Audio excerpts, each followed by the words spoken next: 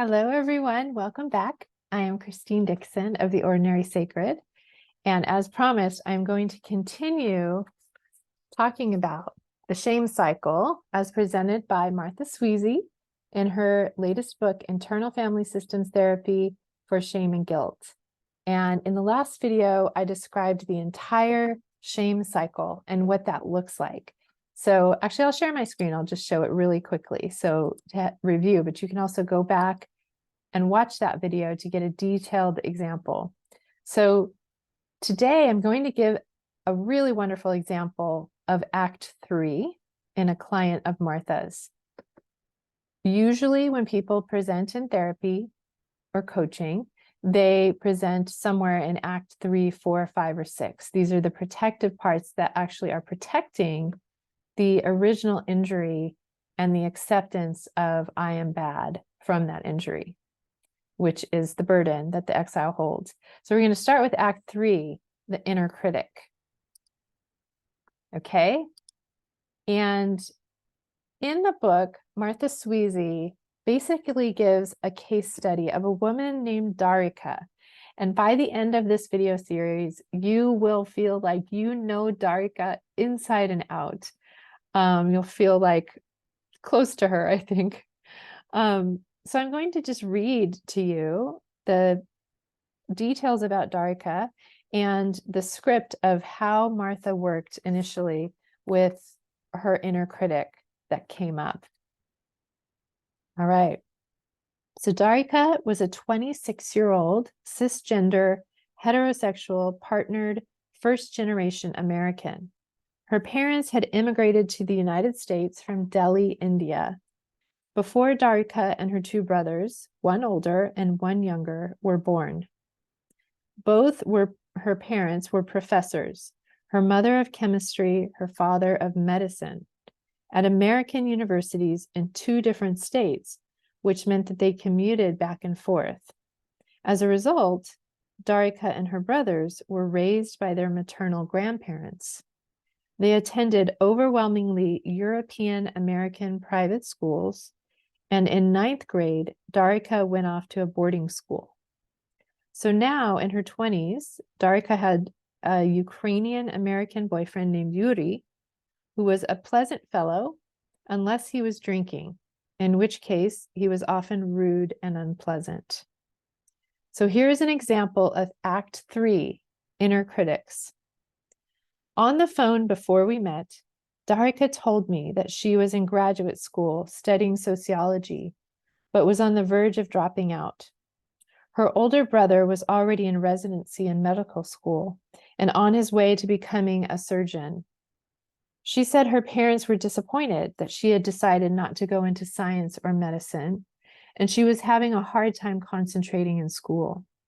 Her boyfriend Yuri, who was trying to launch a career as a freelance journalist, had recently gone off the wagon and was drinking. He had recently moved in with Darika because he was financially strapped. Her family disapproved and would not visit as long as he was living there. Even though she wanted to kick him out, Darika didn't. So a friend urged her to try therapy. She let me know right away that she was anxious, she was fearful about the future, and she was depressed, ashamed about the past. Okay, so this is the dialogue between Martha, the therapist, and Darika. Therapist: which of those, meaning the anxious part or the depressed part, needs your attention? Darika: I decide? I thought you would know. Therapist: ask inside. Darika, after a few moments: I guess the anxiety. Therapist: where do you notice it, in or around your body? Darika: in my stomach. Therapist: how do you feel toward it? Darika: overwhelmed. My doctor wants me to take Klonopin, but I'm not going down that road. Therapist: what is the anxiety in your stomach like? Darika says, gnawing. The therapist: how do you feel toward it? Darika: Scared. Therapist says, can you see it? Darika, it's a trapped gerbil. Therapist, it's scared. It is scared, or you are scared of it. Darika says, it's scared. The therapist says, how do you feel toward it? Darika again, I feel sorry for it. Therapist, what scares it? Darika responds, the meanness.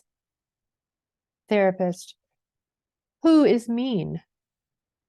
Darika, me, I guess. The therapist says, you have a mean part? Darika nods. Would the gerbil feel better if you helped in the mean part? Darika nods again. Does anyone else inside object to that? Darika shakes her head. Would the gerbil like to go somewhere else while we do that? Maybe somewhere safe? Darika nods. The gerbil can show you the right place. And she nods. So Darika does that inside, puts the gerbil in a safe space. And the therapist says, is it okay to check with the mean part now? Darika nods. And the therapist says, so where do you find the mean part? The gerbil is Darika's exile. The mean part, who is a protector, needs attention before the exile. Darika says, the mean part is in my head. Therapist, how do you feel toward it? You notice that question over and over. It's the most important question to assess for self-energy. Darika says, or to assess what parts are there in regard to another part. Darika says, it's evil. The therapist says, ask it if it belongs to you.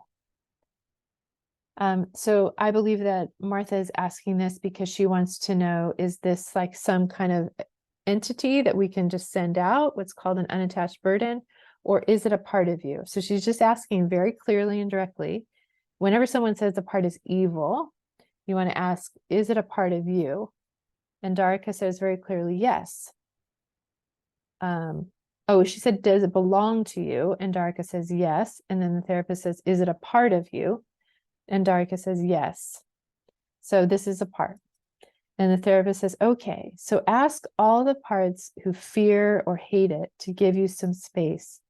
They can go to a waiting room, maybe, so you can talk with it. And Darika nods.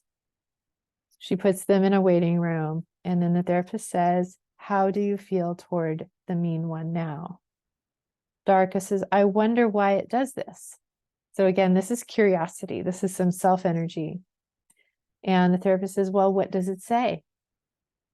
And Darika says, you're such a monster. You hate Yuri, but you keep him around. You disappoint your parents. You're a loser. The therapist says, that's what it says when it's doing its job. Is it willing to take a break and talk about why this job is important? So this inner critic's job is to berate her and get her to do the socially appropriate thing, right? And so when it's saying these things, the therapist understands that's not the true nature of the part. That's it doing its job that it feels like it has to do. So she says, is it willing to take a break and talk about why this job is important? And Darika says, okay. And the therapist said, what would happen if it stopped being mean? Darika says, I'd get hurt. The therapist says, so it protects you. Darika says, I think so. And the therapist says, well, what does it want for you? And Darika takes a moment to listen inside and says, it says it wants me to be loved. The therapist says it wants people to love you. And Darika nods. How do you feel toward it now? Darika shakes her head and says, I'm surprised. Often when we hear directly the positive intention of a part that really seems really awful on the outside, it's surprising to our system. It's like, oh, wow. And then we can't help but move into appreciation and more curiosity and compassion even toward those parts that a lot of the system had a hard time feeling any kind of affection for in the past. So thus, Darika met a shaming critic and learned about its intention for her in her very first session of therapy. The critic was causing another part of her, this trapped gerbil part, to feel scared and miserable. Its misery and feeling of being unloved was gnawing at her gut. The gerbil wanted Yuri to fix this feeling and couldn't bear the idea of being alone. So under its influence, the gerbil that was so anxiously attached, essentially, Darika let Yuri stay in her apartment, even though he was drinking and not contributing financially. This enraged the angry critic, who she was calling mean. So the intention of the mean critic was to get her to actually, ironically, to actually value herself enough to kick Yuri out. But she couldn't kick Yuri out because she had this gerbil part that was really the one holding the shame and feeling like, I can't survive by myself because then I'll really feel unworthy and unlovable. So you can see how there's this tension between the parts, and they all make sense and they all mean well. And this is just such a beautiful example of what IFS looks like and what it looks like to get to know a part and to identify other parts, to maybe ask them if they'll give space, and to go into a part, get curious about it. And this one was Act 3, Inner Critics. And in the next video, I'll give you the next installment of Darika's story, which is about Act 4, the anticipation team.